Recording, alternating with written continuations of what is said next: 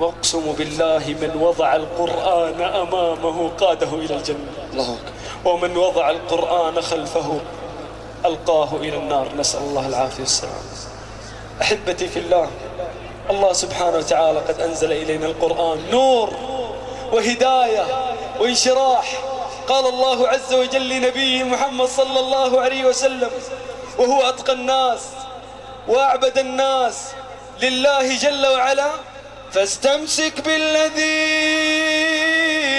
أوحي إليك. ما قال امسك، قال فاستمسك. فاستمسك بالذي أوحي إليك إنك على صراط مستقيم وإنه لذكر لك ولقومك وسوف تسألون.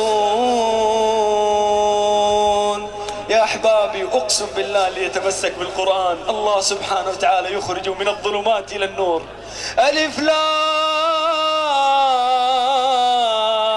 را، كتاب أنزل إليك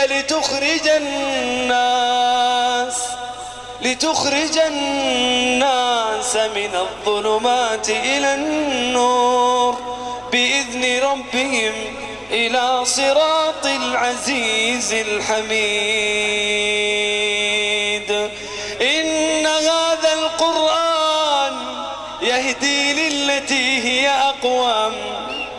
إن هذا القرآن يهدي للتي هي أقوم ويبشر المؤمنين الذين يعملون الصالحات أن لهم أجرا كبيرا.